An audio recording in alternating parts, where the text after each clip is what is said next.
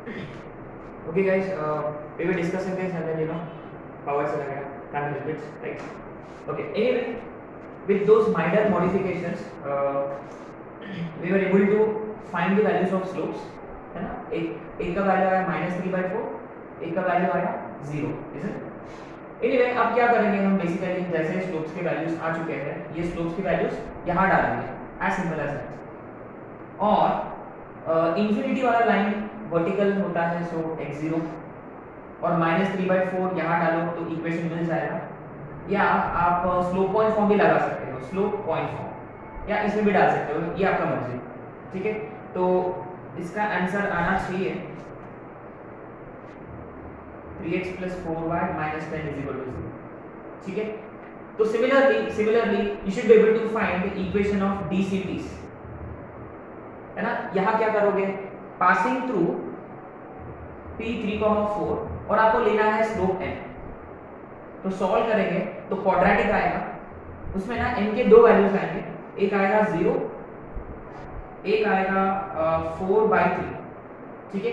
Remember slope 0 का मतलब horizontal line, माने y = 4, और इसके लिए इक्वेशन आएगा 4x - 3y = 0, ठीक है। ये हो गया आपका इक्वेशन ऑफ कॉमन टेंजेंट्स। तो ये स्ट्रिक्टली एडवांस सिलेबस है, इक्वेशन ऑफ कॉमन टेंजेंट्स। अपना मेन सिलेबस क्या है, बस कितने कॉमन टेंजेंट्स पॉसिबल है, ये अपना मेन सिलेबस है, ठीक है, राइट। चलो, अब finally how do you find length of common tangents. Now this is going to be very interesting. Length of common tangent से you are trying to find length of DCTs, माने देखो ये वाला लेंथ होता है ना, ये वाला लेंथ होता है, और इधर में ये वाला length. Obviously length of tangents तो सेम है, ये वाला कि ये वाला डजंट मैटर। तो ये लेंथ कैसे फाइंड करें, very simple, length of tangent to first circle minus length of tangent to second circle will give you length of direct common tangent, है ना। ये फिफ्थ वाला, length of direct common tangent is P से, है ना, P से √S22 minus √S11, है ना। तो P सेकेंड सर्कल में डालेंगे पहले, तो कितना आएगा, √P सेकेंड सर्कल में डालेंगे, 3 3 9 4 4 16 18 -8 + 1 माइनस √, ये फर्स्ट सर्कल में डालेंगे, 9 + 16 -6 -24 + 9, how much, 25 26 36,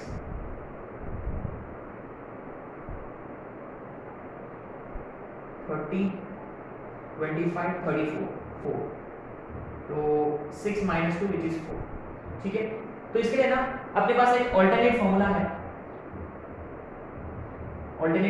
अपने पास, इट इज सिंपली, माने length of direct common tangent is given by √d² minus r1 - r2 का whole square, where d is basically c1 c2, distance between centres.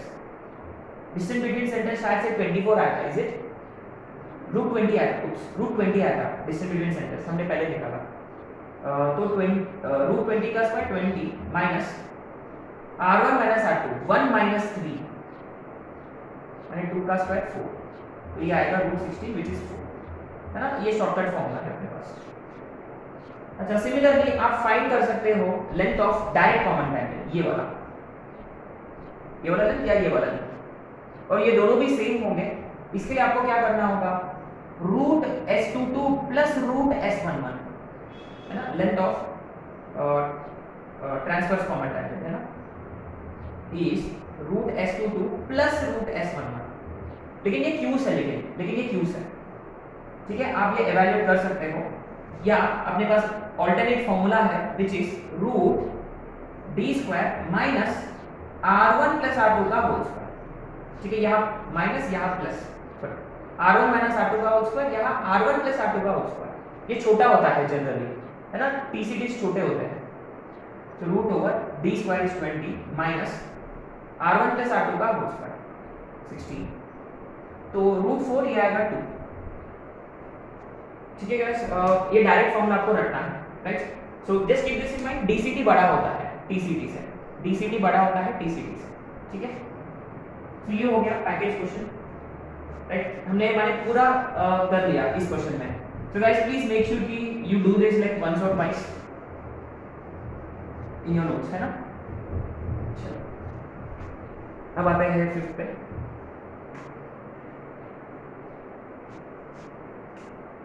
देखो बहुत ही सिंपल है, दो सर्कल्स हैं, मान लो S1 S2, how do you find their common chord? CC का मतलब कॉमन कॉर्ड,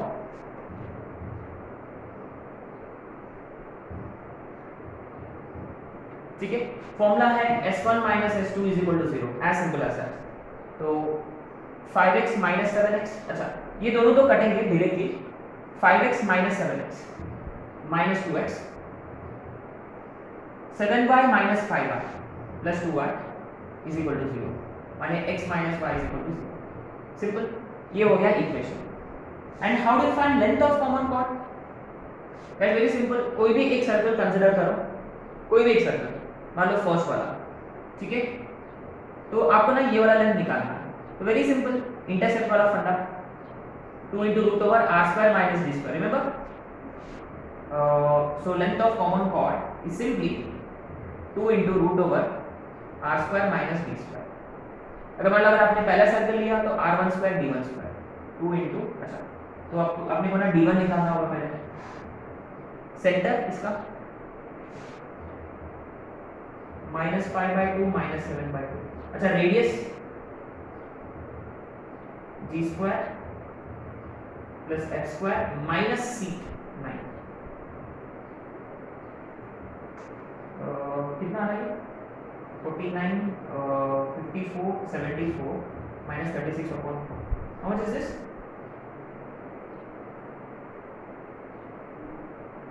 40 34 38, ऐसा कुछ है ना? एनीवे हमने तो स्क्वायर तो चाहिए इसका, तो डू नॉट वरी, 19/2 है ना? अच्छा एनीवे d1 निकालेंगे पहले, perpendicular distance from centre on to this line, mod upon root over, ये इसमें डालेंगे -5/2 प्लस का 7/2 upon root over a square b square 2i, तो d1 is 1/√2, ये इसमें डालेंगे 2 into root over r1 square, इसका स्क्वायर माइनस इसका square 2 root over 18/2 2 root 9 6, simple है। अच्छा बहुत ही सिंपल फंडा है, ये ऑलरेडी हम पहले कर चुके हैं, ठीक है? अच्छा next question is based on a very interesting concept कि when will this chord will be of maximum length. ये मैक्सिमम लेंथ कब हो सकता है? जब ये कॉर्ड छोटा सर्कल का डायमीटर होता है ना। तो एक सिंपल सा question based on that, this will be question number write down, show that common chord of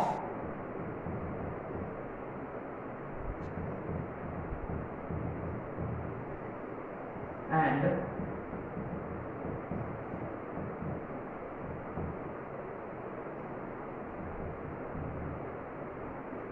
passes through center of second circle, also find its length। बहुत ही सिंपल है, तो simply find S1 minus S2, centre निकालो उसमें डालो, satisfy करेगा। And how do you find its length? Simply diameter of second circle, है ना? कुछ भी नहीं है, इजी क्वेश्चन है। अच्छा मुझे यहाँ डाउट आ रहा है, एक मिनट, इसका रेडियस कितना आ रहा है सेकेंड सर्कल का? 16 9 minus 22 √2 है, हो सकता है, ठीक है? Anyway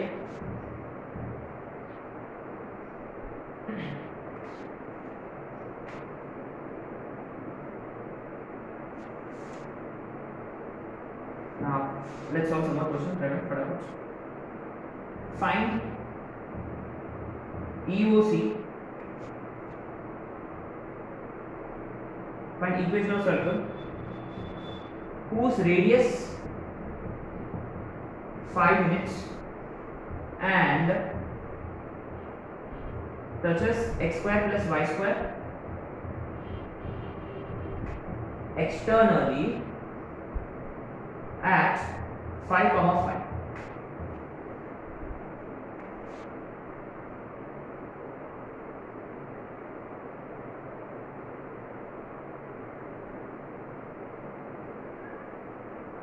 Next question. A circle of radius 2 units lying in first quadrant touches both axes. Find EOC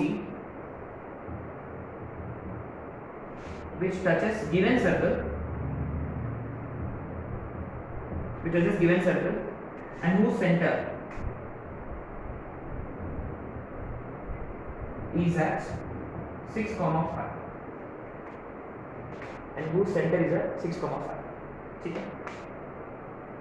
अच्छा, ये देखो 7th वाला बहुत ही सिंपल है actually. We need to find EOC जिसका रेडियस है 5 यूनिट्स. अच्छा, और वो इस सर्कल को टच कर रहा इस पॉइंट पर और वो भी एक्सटर्नली. ठीक है, मान लो ये वाला सर्कल है जिसका रेडियस कितना है, ये सर्कल का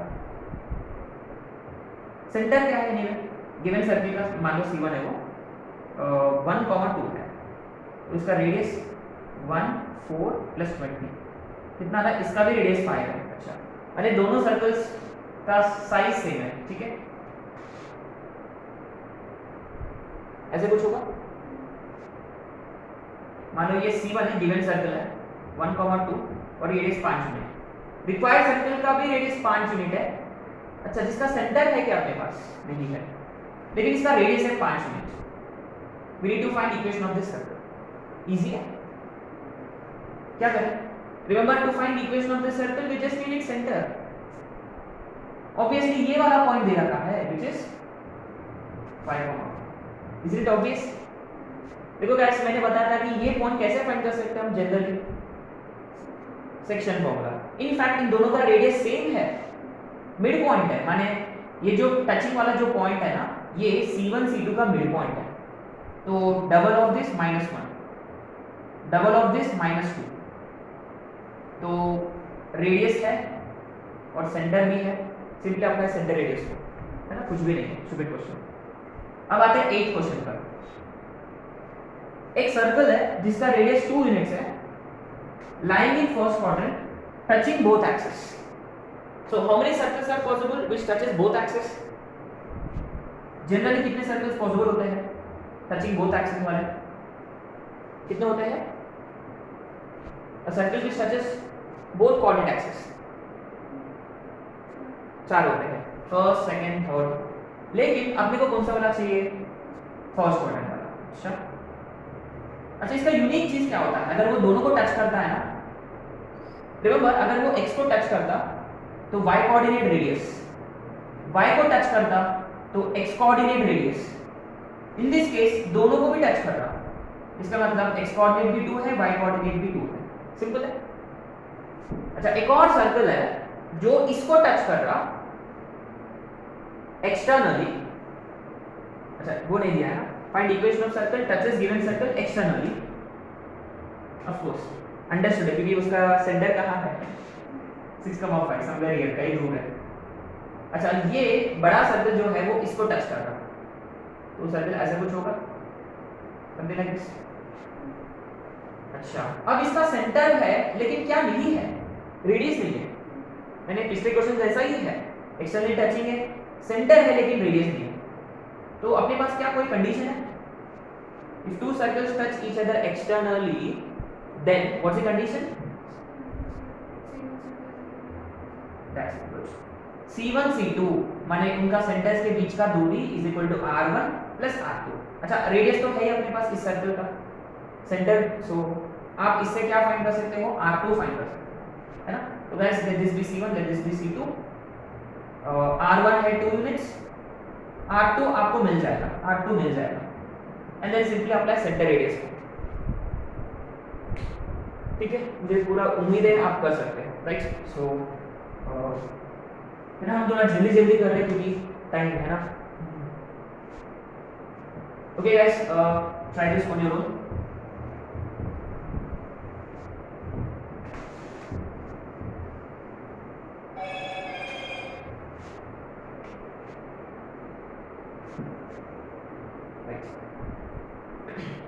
सो अब आते हैं नेक्स्ट कॉन्सेप्ट पर.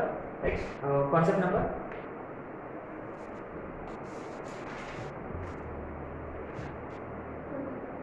31. Okay, right now, angle of intersection of two circles. अच्छा, बात ये है कि जब दोनों सर्कल्स डिसजॉइंट है, फर्स्ट और लास्ट केस, उसमें सर्कल्स को इंटरसेक्ट ही नहीं हो रहा है, तो how do you find angle? No वे.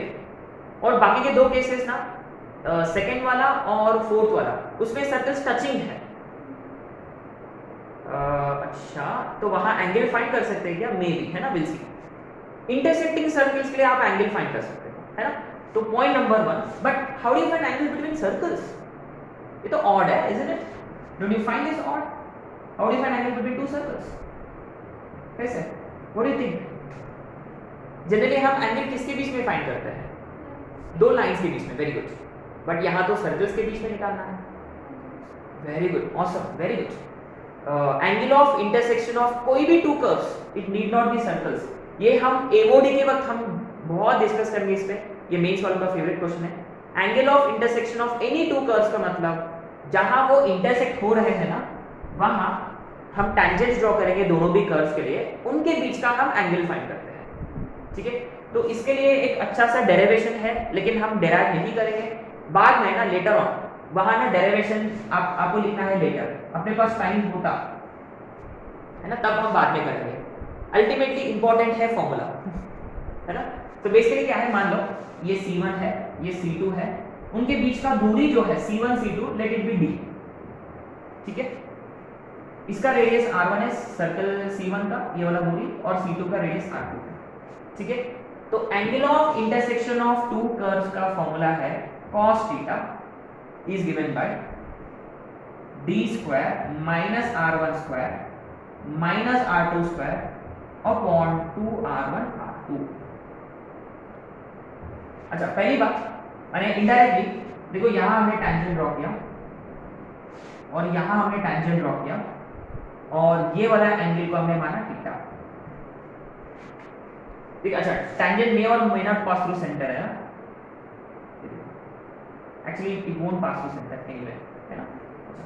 तो देखो, जहां पॉइंट पर इंटरसेक्ट हो रहे हो, इस सर्कल के लिए मैंने टैंजेंट ड्रॉ किया, और इस सर्कल के लिए मैंने टैंजेंट ड्रॉ किया. उनके बीच का जो एंगल है ना, उसको मैंने माना theta.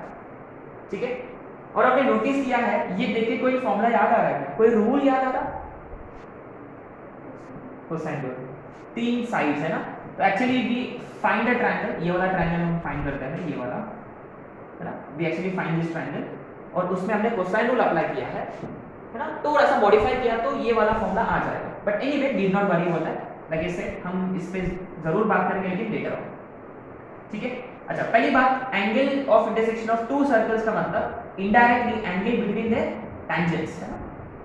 Angle between the tangents at point of intersection या पॉइंट ऑफ इंटरसेक्शन, है ना. ये point number 1.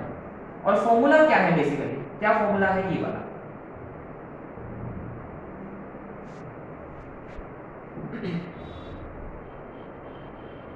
Okay, now very interesting. इसमें ना मोस्ट इंपोर्टेंट फंडा क्या है कि नॉट इवन दिस फॉर्मूला कि एंगल निकालो, ये कभी नहीं पूछेगा वो. मोस्ट इंपोर्टेंट फॉर्मूला ये है कि स्पेशल केसेस. केस 1 ये होता है. अच्छा, क्या 3 स्पेशल केसेस पॉसिबल है? Theta, yes. अरे क्या स्पेशल केसेस पॉसिबल है यार? थीटा क्या हो सकता है? यस, 0 या ऑफ कोर्स या, हाँ, अरे यही तो पॉसिबल है. 0, 90, 180, और क्या है? अच्छा देखो, शायद से 0 का मतलब टैंजेंट्स ओवरलैप करेंगे, शायद से ये बाहर की तरफ खुलेगा सर्कल, तो ये वाला टैंजेंट माने ये दूसरा टेंजेंट पहला टेंजेंट जो है वो क्या बोलते हैं कोइंसिडेंट हो जाएंगे। जनरली ये दोनों अलग अलग टेंजेंट्स नहीं, वो एक ही टेंजेंट है। वो कब होता है? जब दोनों सर्कल्स टच ईदर एक्सटर्नली और 90 डिग्री वाला है ना। अच्छा आते हैं, क्या ये एंगल 90 कब हो सकता है? Can you tell me? When the two tangents, माने इस सर्कल का tangent passes through centre of this circle, is it? Think of it this way. ये जो टेंजेंट है, इससे तो परपेंडिकुलर होगा ही, तो 90 डिग्री के इससे परपेंडिकुलर होना चाहिए। परपेंडिकुलर होने के लिए remember this has to be radius, ये रेडियस होता तभी ये 90 डिग्री होता है ना। So anyway again like I said, understanding का कोई जरूरत नहीं अभी, है ना, since we are short on time. हम यहाँ इंपॉर्टेंट रिलेशंस लिखेंगे फटाफट, है ना। तो केस 1 स्पेशल केस है जब एंगल 90 होगा। नाउ इसका नाम होता है circles cut each other orthogonally, cut each other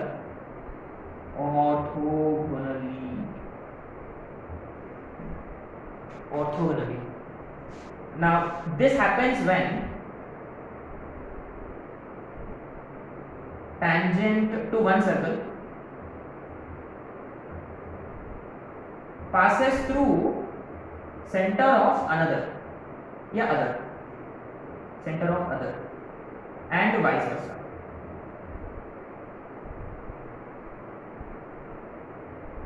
ये तो अंडरस्टूड है, वाइस वर्सा का मतलब। तो जब ये वाला टेंजेंट सेंटर से गुजरेगा तो ये एंगल 90 बनेगा। अगर ये सेंटर ये टेंजेंट इसके लिए टेंजेंट इसका सेंटर से गुजरेगा तो इसका टेंजेंट जो है वो भी इसका सेंटर से गुजरेगा, अल्टीमेटली एंगल बनेगा दोनों के बीच का एंगल 90। ठीक है, एनीवे अल्टीमेटली थीटा 90 है तो इसमें रखेंगे, देखते कंडीशन क्या आएगा। 0 है ये, है ना, 90 cos 90 0 क्रॉस मल्टीप्लाई किया 0, अल्टीमेटली बचेगा कौन? d square is equal to r1 square plus r2 square. d square is equal to r1 square plus r2 square. अगर अपने पास मान लो सेंटर से होंगे, मान लो c1 जो है वो -g माइनस है, c2 है -g2 माइनस f2 है, से r1 है g1 square f1 square minus c1, r2 है g2 square f2 square minus c2। ये इसमें डालेंगे, इनके बीच का दूरी वो सब नो अगेन ये इट्स वेस्ट ऑफ टाइम, तो मैं डायरेक्ट रिलेशन लिखूंगा यहाँ आप डिराइव कर सकते हो खुद, है ना। डिस्टेंस फॉर्मूला अप्लाई करो, x2 x1 का होल स्क्वायर y2 y1 का whole square is equal to इसका स्क्वायर प्लस इसका स्क्वायर, है ना। तो जरूर आपको आंसर मिलेगा, नो डाउट इन दैट। तो आपका फाइनल आंसर ये आएगा, देखो 2g1 g2 2f1 f2 is equal to c1 plus c2। Very very important relation. Two circles cut each other orthogonally, इसका मतलब d square is equal to centres के बीच का दूरी is r1 square plus r2 square, मैंने Pythagoras theorem, है ना। इनके बीच का देखो ये ट्रायंगल जो है ना इसके बीच में 90 डिग्री है, तो ये हाइपोटेन्यूज है, ये टू साइड्स है रेड आई, है ना। लेकिन इसको सिंपलीफाई किया ना तो ये कंडीशन आएगा 2g1 g2 2f1 f2 is equal to c1 plus c2, right. अच्छा केस 2 थीटा 0 डिग्री, चलो फटाफट करेंगे। थीटा 0 डिग्री होता तो cos 0 कितना होगा? 1, तो क्रॉस मल्टीप्लाई करेंगे 2r1 r2 is d square minus r1 square minus r2 square, तो अल्टीमेट आएगा d square is equal to r1 square plus r2 square 2r1 r2। अरे ये तो r1 प्लस r2 का होल स्क्वायर है, therefore d is equal to r1 plus r2। Remember d का मतलब c1 c2, c1 c2 r1 plus r2 कब होता है? जब टू सर्कल्स टच एक्सटर्नली, है ना। when the two circles touch externally tangents overlap होते हैं तो angle will say 0. Obviously can easily prove case 3 के लिए. अब केस 3 में क्या है, the two circles touch each other internally, है ना. In this case you know we consider angle 180. Actually यहाँ भी 0 जैसा ही लग रहा, लेकिन यहाँ cos 180 होगा. 180 से क्या होगा कि ये -1 होगा. देखो ये -1 है, इसका मतलब ये -2 r1 r2 है. -2 r1 r2 माने r1 r2 का होल स्क्वायर. तो यहाँ कंडीशन आएगा d इज r1 r2 का होल स्क्वायर. तो मॉड्यूलस अप्लाई किया हमने, है ना. सो यहाँ touching externally, sorry touching internally. ठीक है. सो इसमें चारों पॉइंट्स जो आपने को याद रखना होगा कि फॉर्मूला क्या है, d square minus r1 square minus r2 square upon 2 r1 r2. फिर 3 special cases. Most important case है ये वाला, ऑर्थोगोनल वाला. ऑर्थोगोनल मतलब perpendicular, cut each other perpendicularly या इंटरसेक्ट ईच अदर परपेंडिकुलरली या दे इंटरसेक्ट ऑर्थोगोनली. सभी का मतलब एक ही होता है. तो ये वाला मोस्ट इंपॉर्टेंट है. 0 का मतलब एक्सटर्नली, 180 का मतलब इंटरनली. ठीक है. So just keep this in mind. ठीक है. आधे क्वेश्चन पे फटाफट.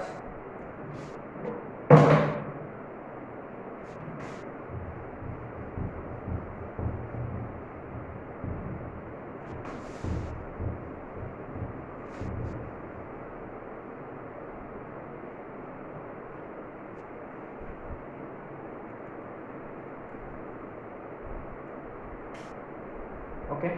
Question number 1. I know.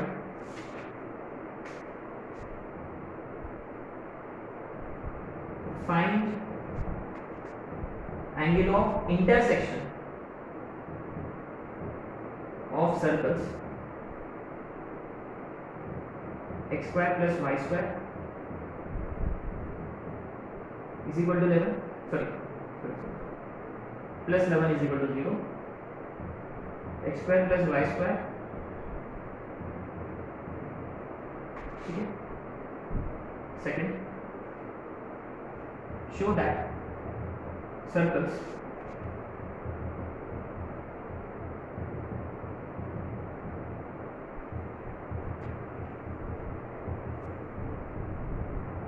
है ना, so and so circles cut each other orthogonally. Third,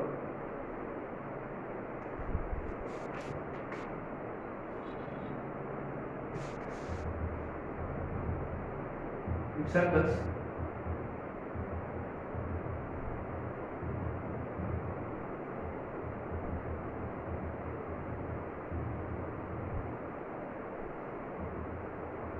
intersect at right angles, then find the values of k. ठीक है. ये बेसिक क्वेश्चंस है. चलो आते फटाफट.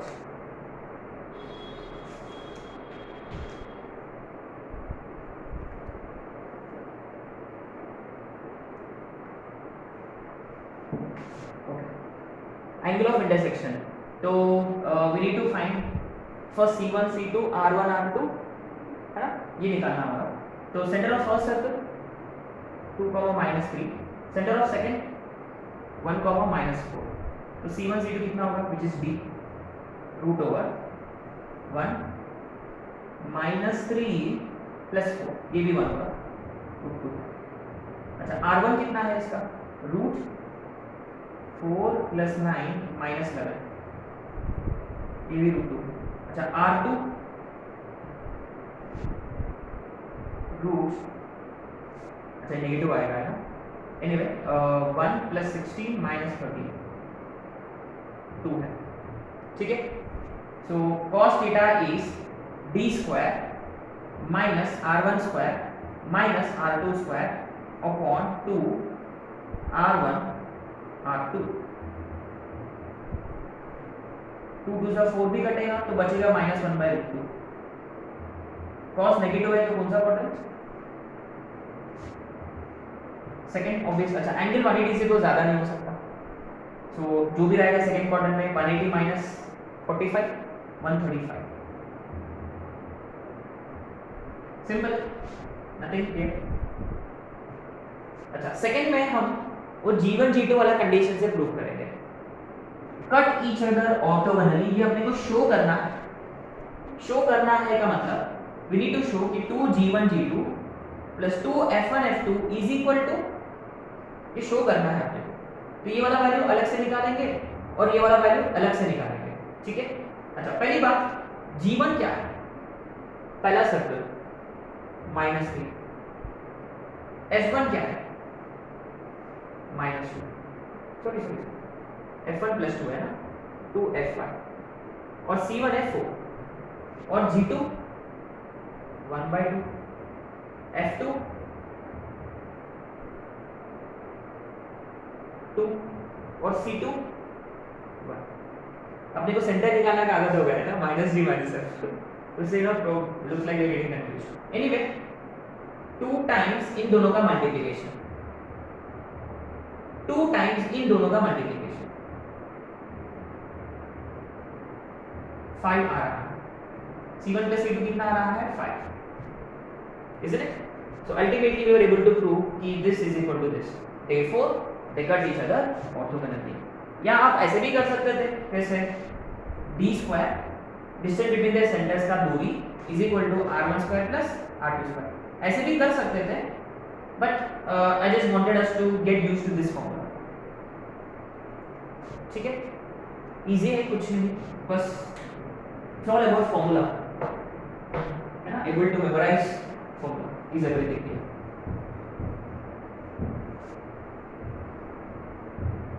ओके फाइन, अब आते हैं थर्ड क्वेश्चन पे।